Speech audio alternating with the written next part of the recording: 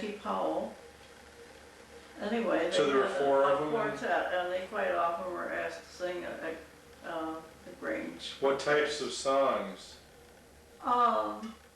Just Southern, or anything that was popular, I suppose. Mostly some of the old time Southern songs and like that. Okay. Did one of them play the piano, or they sang a cappella without music? Now that I don't recall. Okay. Whether they had a, So they would go to Grange events, but they weren't regular Grange not attenders. not terribly active, no. Were you ever in the juvenile Grange? Oh yes. Mm-hmm. Tell me about that. Well, we met out in a special room, and while the older ones were having their regular Grange meeting, we went out in the sessions room and had our juvenile Grange, and we had the same officers that they had in the big Grange. Like overseer or whatever? Mm-hmm. And the whole bit. Now what, are you talking like in the 30s? Well, yes, probably later 30s. Mm-hmm. You talked earlier about the Depression and things got tight during the Depression. How did that impact your family? It's just that I heard about it, that everybody else was having a hard time and we should cut back here and there, but I don't know, being farmers, that there was anything to cut back, but we really, I really couldn't tell much difference. When you were 10, what would you have gotten for Christmas? Well, I remember when I was probably 6 or 7, I remember getting a little net stocking with some nuts and some candy in it, and maybe an orange, and that was it. My grandfather said about the same thing. You didn't get too much. No. Didn't get too much. Was that because they didn't have a lot of money, or they didn't believe that you needed much? I think they were quite frugal in those days, and I don't think they really believed in buying expensive gifts like nowadays. So the juvenile Grange, at its height, how many kids would have been involved with juvenile Grange on a meeting night? Oh, I'd say probably 15. And that met in the section of the Grange to the south, closer to the corner, didn't it? Did you go to many minstrel shows? Yes, I remember the Reverend and Mrs. Steve Krasalka. Okay. They were a minister at one time, and she had charge of one of the minstrels, and she really surprised us all. She did a wonderful job, and she is a born leader, I think.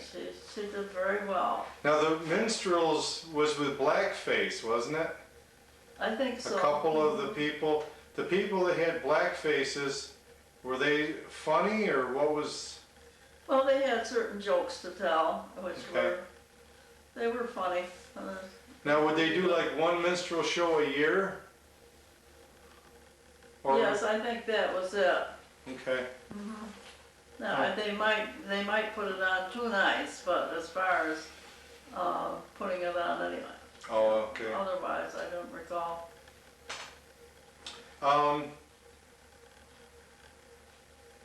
You probably don't remember, or do you, the last years of either of the blacksmith shops in Reed's Corners?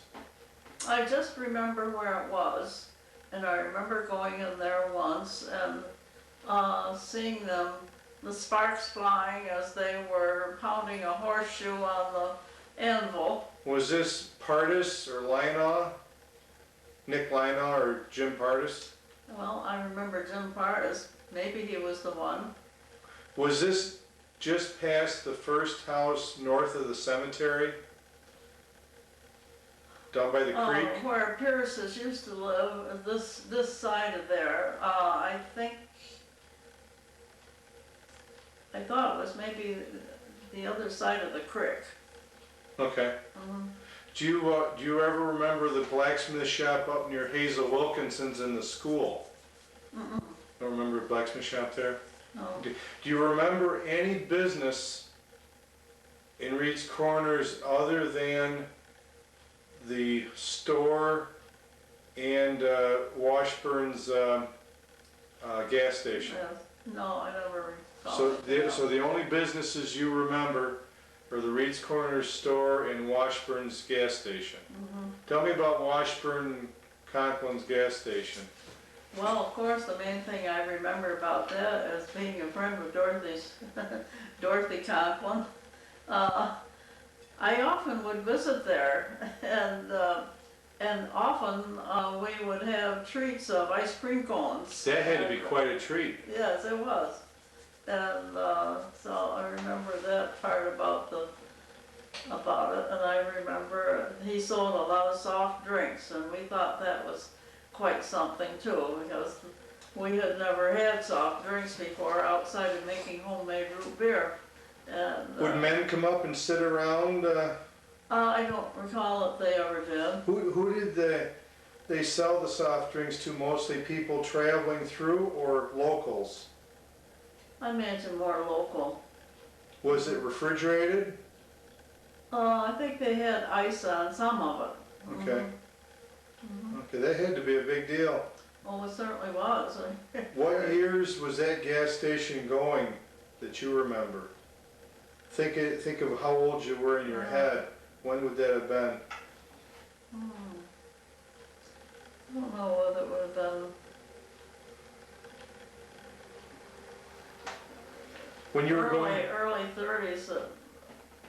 when you were going out to the academy, was it closed? I wouldn't know. Okay. Did they, when he was selling gas there, were they selling gas at the store too? That I don't recall. Okay. Whether they had gas down there and here too, I have no idea. Where did your dad get his gas?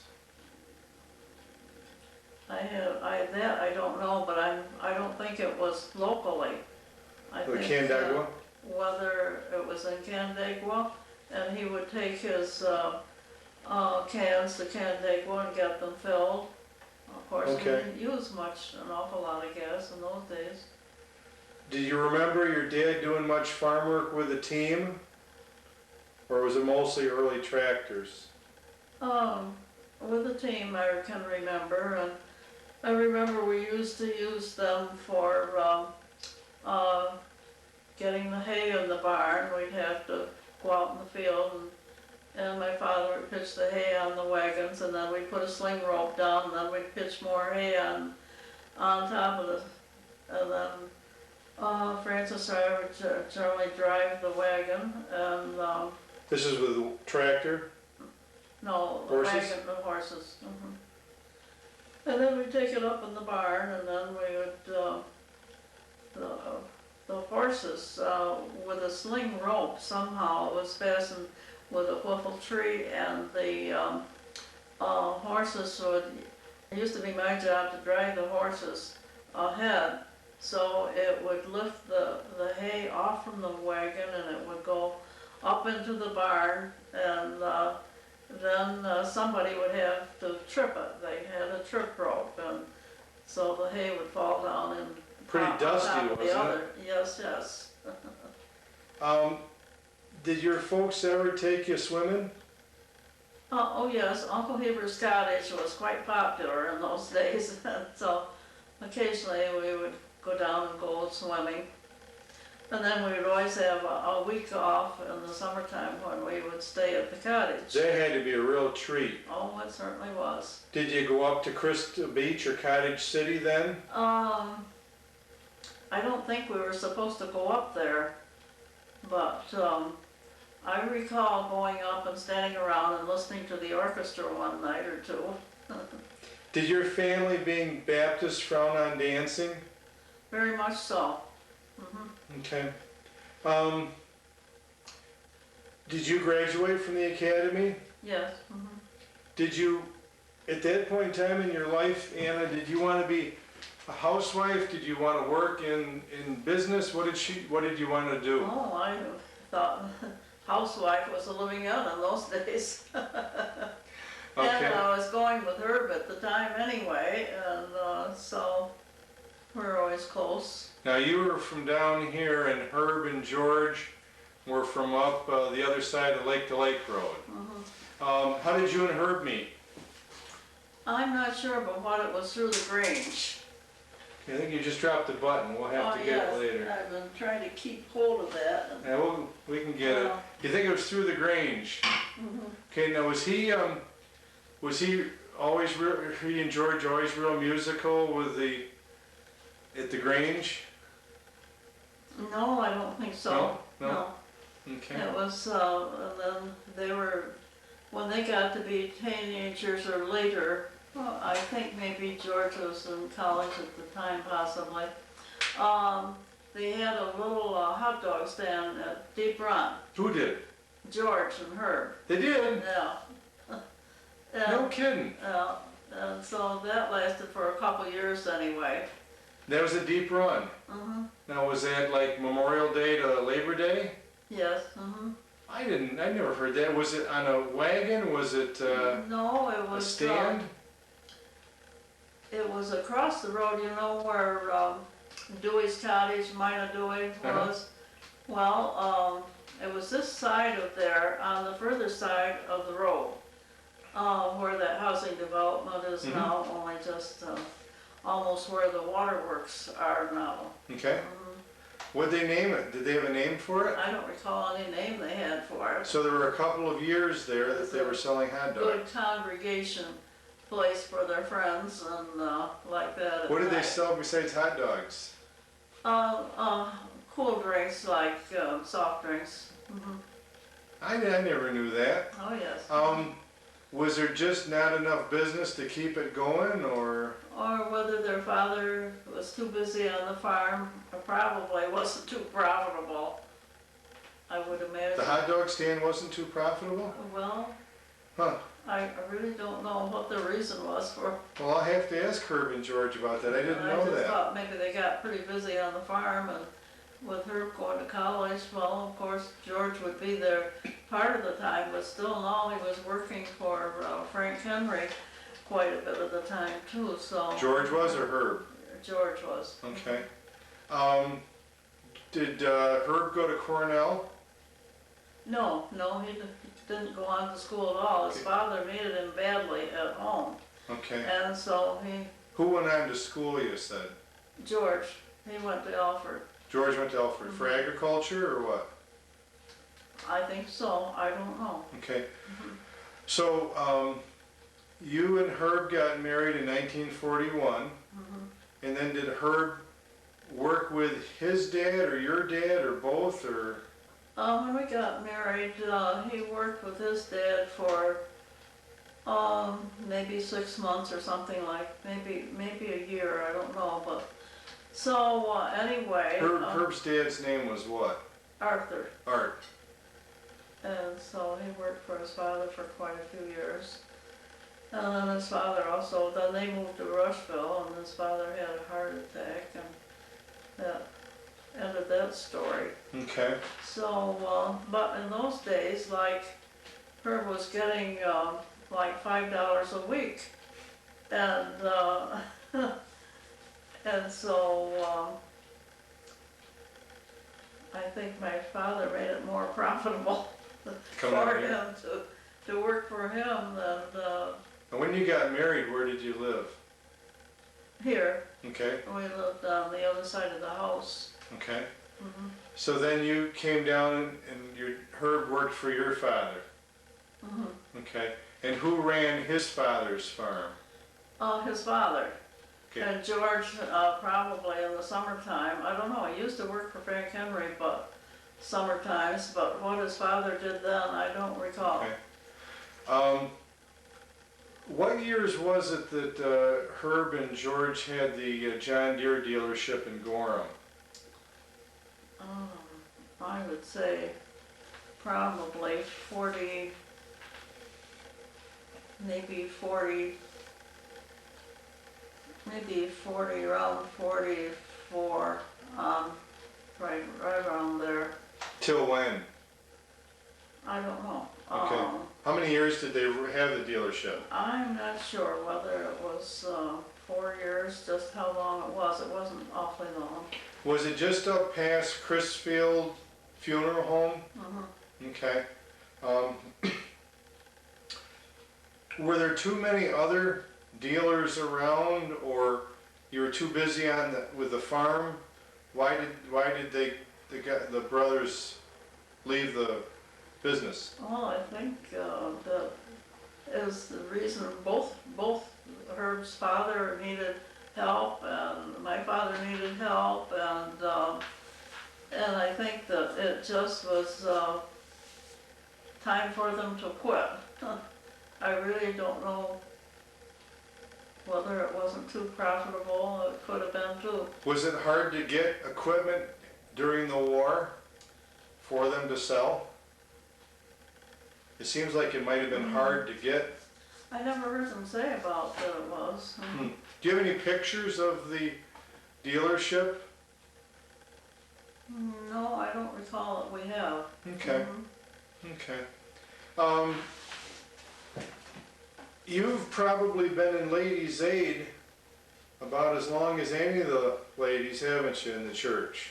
Well, a long time. When would you say, Anna, would have been the high point as far as attendance and interest with both Ladies' Aid and our church? If you had to think back in your years, when would Ladies' Aid and the church have been at its zenith, at its high point? Well, I would really have to think on that one. Let's see. Would it have been like in the 60s, maybe? I would think so. Mhm.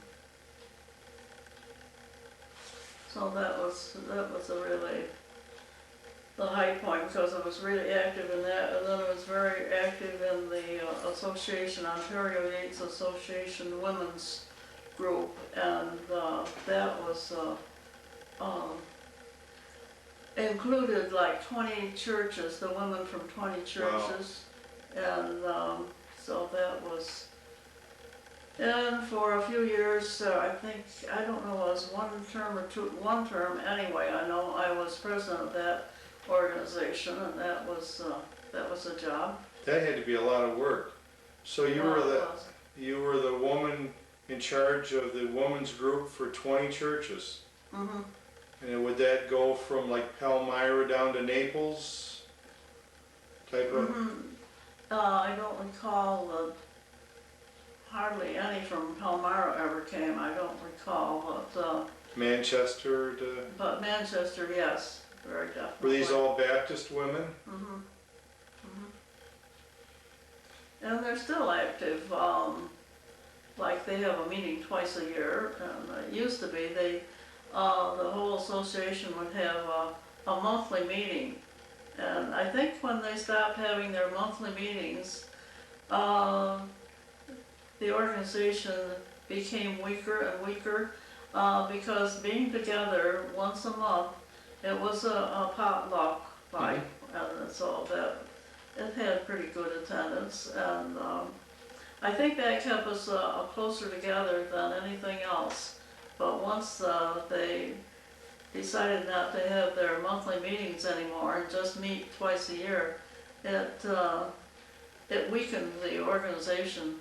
And now many of the churches now have dropped out, and so we actually don't have many active churches in the association anymore, in the women's group.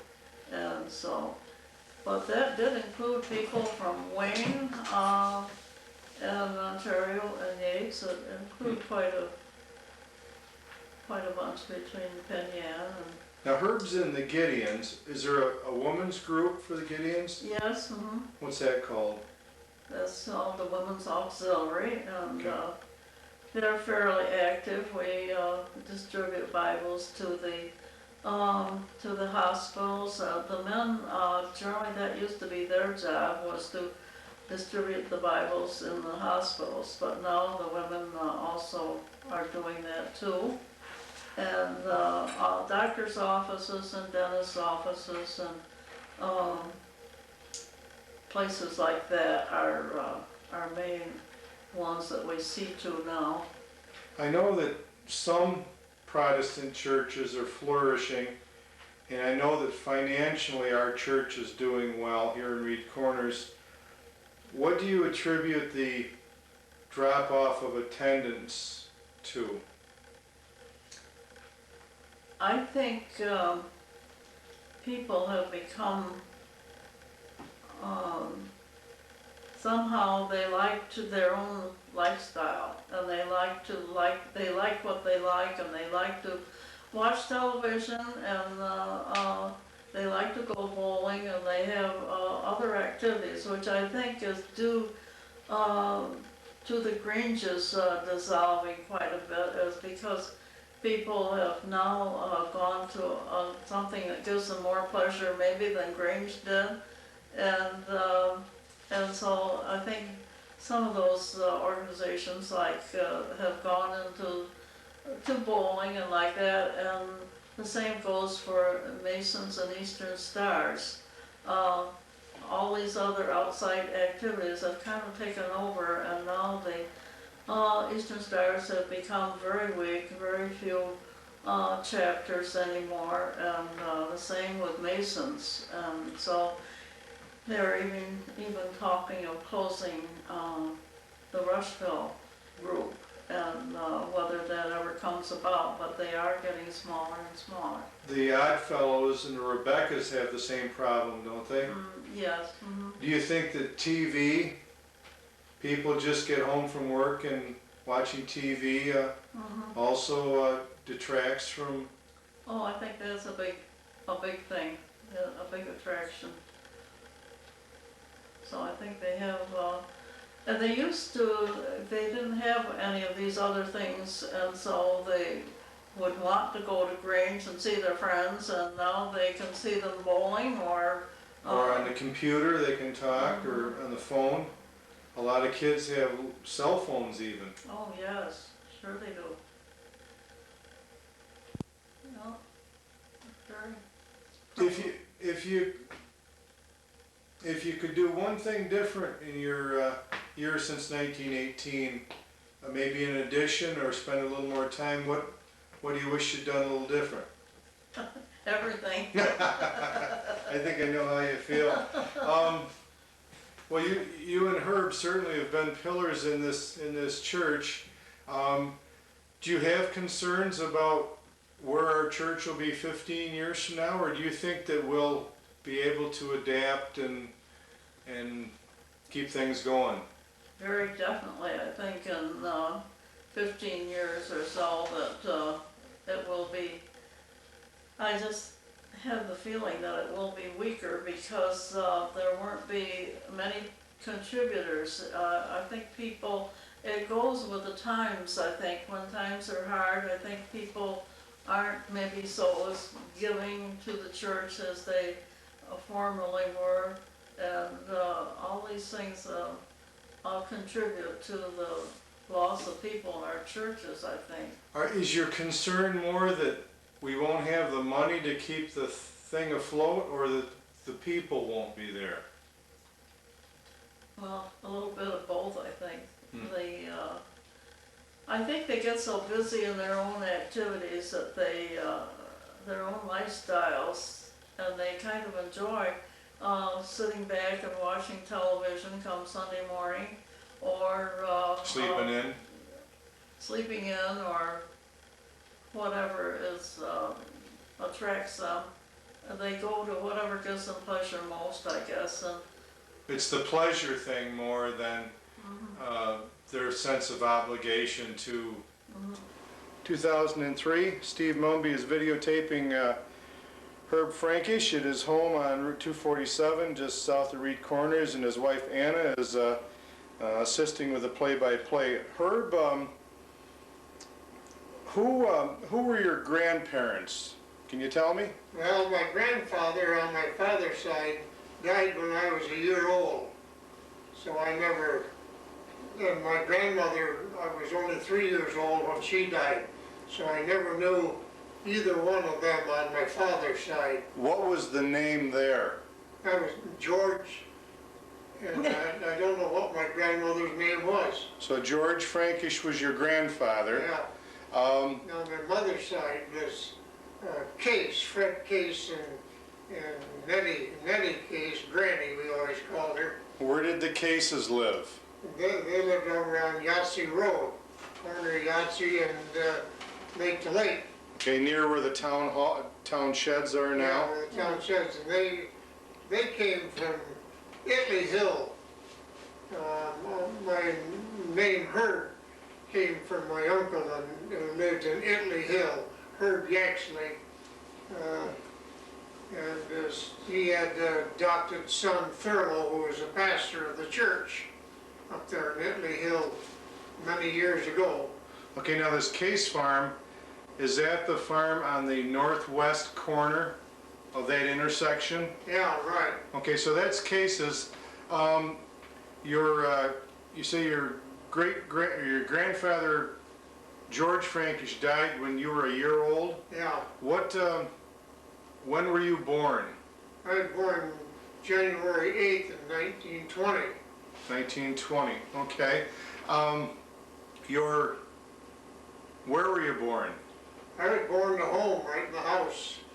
Brother George and I both were born to home. Okay, now your father and mother were who? My father's name was Arthur, and my mother's name was Helen. Okay, your father, all of your grandfather's farmers, were both of them farmers? Well, there was, my father was the only one that, my father didn't have a brother. He had two sisters, and one lived in Gorham, one lived in Canandaigua. But my father was the only one that farmed it. Okay. Now he got the farm from who? I don't know. I was thinking of that the other day. I was going to ask George if he knew who my father bought the place from. Apparently, he paid for it and things because during the Depression, when things were hard going, he never had any problems with the bank or anybody else making payments on the farm. So your father, Art, Yeah, owned the farm at the top of the hill where John Frankish lives now? John lives now, yeah. Okay, so that's just a little bit north of, what's the road that goes? Lake to Lake Road. No, it's south of Lake to Lake and north of, South of Lake to Lake Road. and what's that road up near Phelps's? Conklin. Conklin Road, okay. How large a farm was that? There was 108 acres. 108 acres? And then as George and I grew up and got to be older going to high school, he bought 60 acres right next to us from Henry Hollenbeck, who lived over on Lake to Lake Road, corner of Lake to Lake and Middle Road. Okay. And then with that, we started changing from horses. We had 15, 18 horses all the time. Did you? We kids growing up. And we finally convinced Dad that we had to have a tractor. And so he bought a Fortune tractor. Okay. I don't know where he got it from, but we got, before we got the tractor, come home from school, George was a lot ruggeder than I was, so I would drive the team and George would handle the plow, one walking plow, and every night we get home from school, we knew what we were going to do, get out and plow, and I'd drive the team and George would handle the plow. Well, a couple of years went by and we convinced Dad that we got to have a tractor. And so we had this Fortune tractor. I don't know where he got it from, but it never really had enough power to do anything, and we convinced him to buy a John Deere tractor from fellow in Gorham, ran the old feed mill down there. Not Sherman, but I can't think what his name was now, but he sold John Deere equipment. And we got him to buy a used John Deere tractor on steel wheels. And man, I'm telling you, we had a great time for a couple of years. That tractor would put the drag or the plow, and we'd get right out and do a lot of work. Now, backing up a little bit, on this 108-acre farm, what was the main source of income? Well, in those times when the Depression was on and everything, you had a little bit of everything. Dad had some pigs, probably 15, 20 pigs. We had about 70 sheep, and we only had 2 cows, but we had a lot of horses. The 2 cows were just enough for your own needs then? Just enough for our own needs and things, and but the sheep, at that time, wool was worth $1. It isn't anymore, but we had 75 sheep and things, and the pigs, I can remember the fellow coming to buy the little pigs, and LaSalle had a little baby one, and the guy wouldn't buy the pigs unless Dad throwed in the little baby pig along with it free, and thinking he wasn't going to pay him anything for it. So then with the chickens, we started raising chickens and hatching eggs, or not hatching eggs, but well, yeah, we hatched eggs for a while, but we generally bought the little baby chicks from Ken Carson and Oliver Williams up in Middlesex. Was Carson over on Goose Street? Over on Goose Street. Okay. Oliver Williams up on 245. What crops did you raise primarily? At that time, main thing we tried to sell was wheat.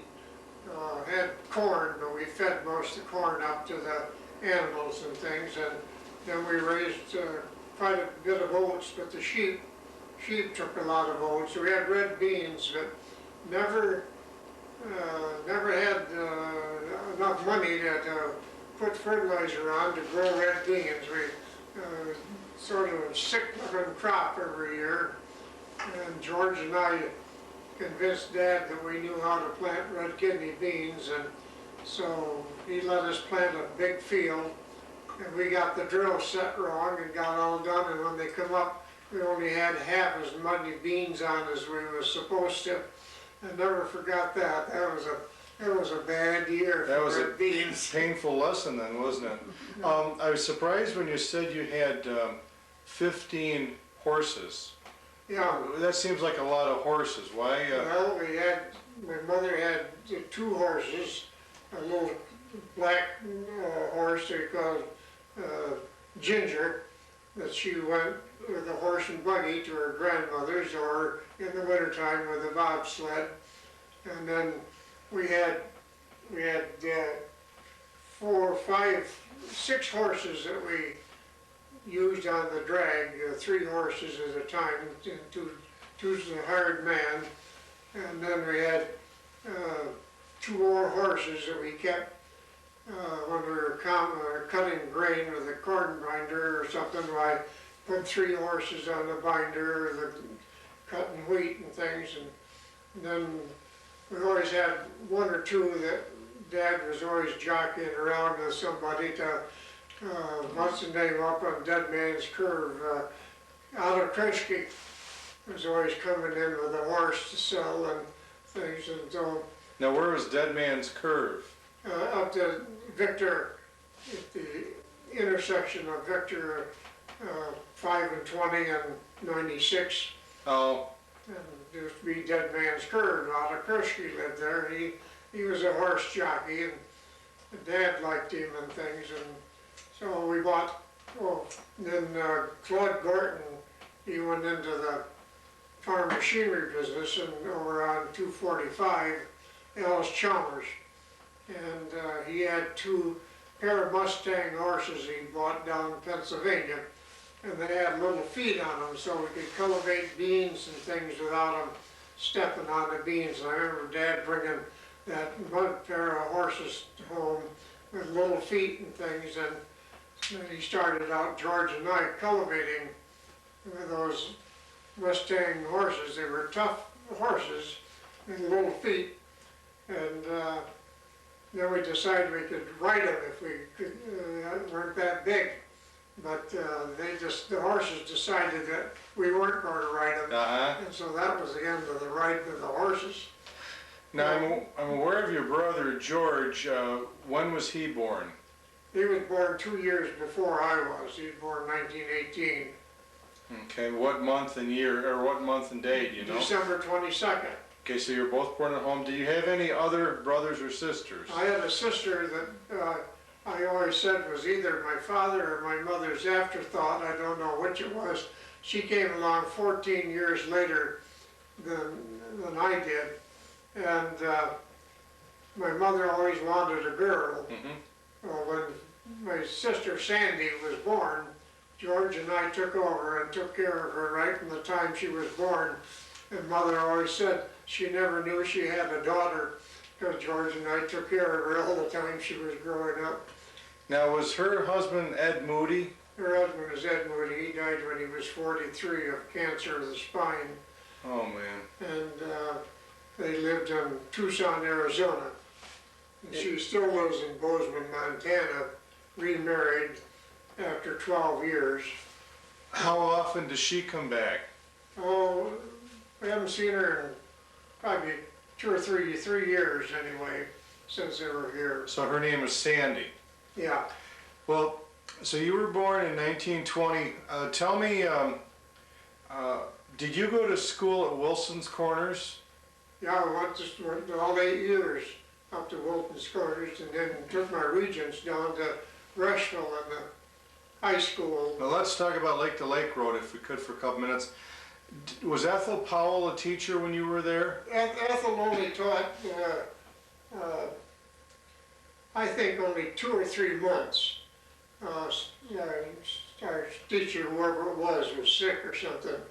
And Ethel Powell come, and I couldn't learn anything from her. I was afraid of her. I was scared all the time. And Gene Raymond down the road, my last friend that's still alive, he could learn from Ethel, no trouble at all. Huh. And he was the only one that all the teachers we had that he could learn from. Who were some of your other teachers? Well, we had actually, we had before Ethel, well, I had Miss Jones, Casey Jones, we called her Miss Jones. Then we had a lady. Do you know where did she live in her own home or did she board? She Somebody? lived with, I think she lived with Henry Arnold. He was a trustee, and she lived with him. Was that down on Middle Road? No, up right on 247 up here, across from John Frankish. Would that be Eleanor Arnold's father-in-law? Let's see, no, it'd been her Eleanor's husband, Her husband. yeah. Okay. And so she taught 2 years, didn't learn anything. She was a young girl, and for 2 years, why, I didn't pass anything. We just horsed around all the time between putting birds down the stovepipe up in the chimney up on the roof and setting the apple trees on fire. And Oh, wait, with what? I, How'd you set the apple trees on fire? well, them old apple trees in the back dooryard of the schoolhouse were hollow. We went out and built a fire underneath Oh, them, okay. and then look out the window, the smoke coming right out of each limb and things. Now- And then we had an old coal bin in the back room, and we discovered there was a big hollow hole underneath the floor of the coal bin. So we got everybody to make a lot of noise out in the schoolroom, one-room schoolhouse. We took an axe and cut a hole, got all the coal down through into the basement of the church, or the school. So we had to close school for 2 days while the trustees got the coal back up and fixed the floor so we could have some heat. There was a basement there under that school? Yeah, it wasn't just a crawl space, but we knew where it was. How many, when you're in second and third and fourth grade, how many kids would have been in that school? We had maybe seven or eight all the time. Not any more than that. Really? The thing that was amazing about it was that when you were in the third or fourth grade, somebody standing up in front reciting a poem, and we knew that next year, pay attention because you're going to get up and have to do the same thing. I always thought it was great because you knew the year ahead of time what you were going to have to do. And so you were sort of prepared, you know, our Longfellow, I guess everybody felt that's the easiest one to learn. And So there were only about 7 or 8 kids at that school? yeah. Yeah. Who were, when you were 6 and 7 and 8 years of age, who were your best friends? Well, we had, you know, Gene Raymond lived right across the road from us, and Gene and Loretta, and then John and Howard Turner. Now, you say lived across the road from you. From John. Okay, in the house where From Arnold's our home lived? place, where I lived. Gene lived across the road, he was born across the road. Now, is this where Eleanor Arnold lived? Yes, yeah. And then Gene, when he was, well, like probably eighth, no, he was through grade school, because we all went to Rushville to take our regents. Then they moved away, they moved down on Middle Road, and they moved 3 or 4 times after that, Gene did. He had a horse, Mustang horse, and I can remember him coming up the road, and it was like a Wild West. He would jump off the saddle and hang onto it, hit the road with his feet, right back up into the saddle Really? again, and keep right on going. The horse would never miss a stride. We used to get him to do that, just to watch him do it. And, I bet he couldn't do it now, could he? he was good at it. Wow. So you had a Miss Case then for a couple of years. Yeah. Do you remember who you had after at the tail end of your time? Well, I can't think of the people. A lady we had over on Lake Corners Road. What her name was? We had her for 1 year. Well, then after that, my mother decided that I wasn't learning anything, and so she run for trustee and got to be trustee, and she hired Ruby Ketchum down to Gorham. Now, Ruby was 4 foot high and 5 foot wide, and she was a school teacher. Well, we started in September, right where we left off last June, and that didn't last only about 2 days. Ruby, we surprised, was a lot stronger than we thought she was, and she whipped us all up into shape. And did she have a switch, or what did she do? no, she would just put her finger in your ear, on the lobe of your ear, her fingernail, Would she grab you? and just put her fingernail right in there, and she would just put right in there until you cried, you know, man, and my mother, I went home 2 or 3 times telling my mother what Mrs. Ketchum did to me. She thought that was pretty good probably, didn't Yeah, she? but my mother hired you and my mother can fire you. Well, that was a mistake because my mother must have talked to Ruby because Ruby did it all over again. And that ended that. I passed 4 years of grade school in 2 years' time. Oh, no kidding. And passed all my regents down to Rushville. Was there a stool in the corner with a dunce cap or any of that type of thing?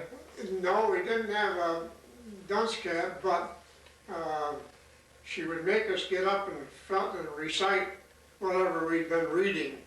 And we knew that we had to read it, because of course, first thing you know, she's going to make you get up and tell about it. And everybody settled down after about 2 or 3 weeks of her teaching. And the school went on, the Bell boys, Ernie and Bell, and those lived across the road from the school. And Did they live in the old two-story house there right across the road? yeah, and they had Bessie Bell. She has a chicken house down with the barn. And we used to go down and at noon or recess time and get all the eggs out of the chicken house, take them up behind the school and see how many raw eggs you could eat before you started throwing them Oh, up. man. John Turner was the only one. He could eat a dozen raw eggs. Oh, never, man. never bat an eye. I got 2 down and I think 3 came back up. Gene Raymond could do 5 or 6, but John, no, he couldn't stop him. He would take one right after the other. How did they keep that school warm in the wintertime?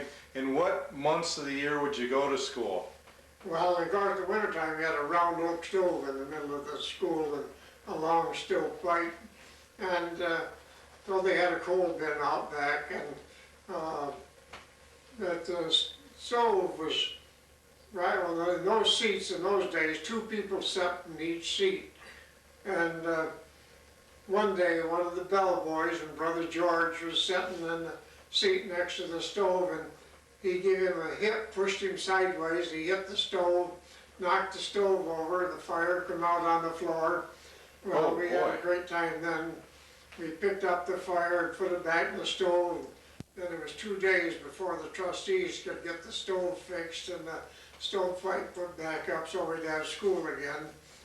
But in the wintertime, we had wood out on the porch and never thought about being cold because we were young, I guess. Was there a custodian that would get the fire going, or did the teacher have to do No, the that? teacher had to do it in the morning. They had to get there and turn it on and get it going. And Would she have come by Model T or horse and buggy? How would she have come?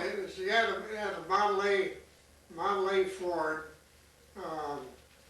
Ethel Powell was there for, like I say, maybe 2 or 3 months when somebody was sick. And I don't know how Ethel got there, but Miss Jones, when we were in 4th and 5th, 6th, 7th, 8th grade, she's had a Model A Ford car, but she was going with Henry Arnold, trustee, the guy that hired her right across from my father and mother.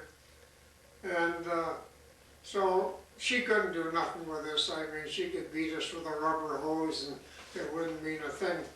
So we knew that one day that she had a heavy date because she worked on her fingernails and her hair all day long. So at 4 o'clock in the afternoon, we got out of school. We pushed her car up to the flagpole. In those days, you had old tire chains. You always had to have a pair of tire chains, and we took them out of the car, passed them on the bumper and around the flagpole, tied them all in a knot, and then we got down in the ditch, the creek, and watched her when she came out. The last that I knew was she was sitting on the running board crying like a baby. She may be still there, I don't know. I kind of doubt that. Do you have any idea how much a school teacher would have been paid, or wasn't it anything that you I were... think Ruby Ketchum got $1,100 a year. I remember 11. I know they were talking about $1,200. They didn't think they could raise that much money for a year and things. And the water you had to bring with drinking water. We didn't have a well. You had to bring it across the road, which was sulfur water. It was black, and you let it set in the pail long enough, it'd clear up and things, and we got so we could drink sulfur water. I assume you had a wood outhouse out and back? No, it was on the backside of the school, all fastened to the school. How was it? We Okay. didn't have to go outside. That had 2 pit toilets, one on each side. One for boys and one for girls? Girls out. Okay. And Go ahead. Christmas time, I won the jackknife, and my father got me a jackknife. And oh, I was so proud of it. And I went in the outhouse to show the boys my jackknife, and I took it out of my pocket, and it slipped out of my hand and went down in the pit toilet. And I can see myself yet looking down and seeing that jackknife going out of sight down in about the first or second day of school. Oh, you must have been sick. Oh, I was sick, I can better believe I was sick. Did you dare tell your father what happened to it? I don't think I ever did, I can't remember really. Now, you were talking about Art Frankish as your dad, was your dad. Yeah, There was a Thomas Frankish who lived up around there around 1875 and was related to George Mumby. Would Thomas have been Art's uncle, maybe? it could have been, I don't remember. But his any of name that. was Thomas Frankish, and he signed the citizenship papers for George Mumby in around 1878. So you don't know where a Tom Frankish lived then? No, no, Because you remember me telling you that Frankishes came from the same town in England that the Mumbys did. yeah, And we stayed with a Roger Frankish when we were in England 2 years ago. In the summertime, when you were 6 or 7, did you have to do a fair amount of work, or were you able to play some of the time? no, we worked all the time, we knew exactly what we were going to do. We were, of course, in the summertime, we had chickens, we had to clean the hen house, and which we did about once a week. And then, we had chores to do all the time, husking corn by hand, putting it in crates. And Did you have husking bees in the wintertime? yeah, we had, later on, we had a corn husker. And George was big enough then, so he could, Dad made a safety thing on it so he couldn't get so close to it. Then George, he got so he could run the old corn husker, and that's got us away from shelling corn and hustling corn by hand. Now, did you shovel the corn and the husks into this device, or how did it work? Well, they were in bundles, and they put them up on a table, cut the string on the bundle, and stuffed it down in these rolls. And the corn would go down through, and the ears would come out the back. And then the husks would go in a blower, and they'd blow them outdoors in the barnyard. And the cows and the horses would eat that husk up and thing, because it still has some juice in it. But we had to, had something to do. My father was a quiet man, and I never heard him swear once in my lifetime. Really? He was, Really? and I never got excited. He must have got excited with George and I, but he never showed it and things. My mother was a little bit different. I mean, She was a disciplinarian? she ruled the roost and things. And so Dad was, he told us what to do, and we didn't say, no, we're not going to do it. We just simply, I think probably the one thing that did happen that my dad probably was mad about, he told us to draw a gallon of oil out of the 50-gallon barrel in the garage, and for the Fordson tractor. Well, in those days, that 50 weight oil run pretty slow. So we turned the spigot on, set the can under it, and we decided we had time for a small ball game. Uh-oh. George and I went out and we started playing baseball. Pretty soon we saw oil running out of the garage door down the track where the car drives in. Well, we run and shut the thing off and call Mother up. First thing you want to do is call Mother.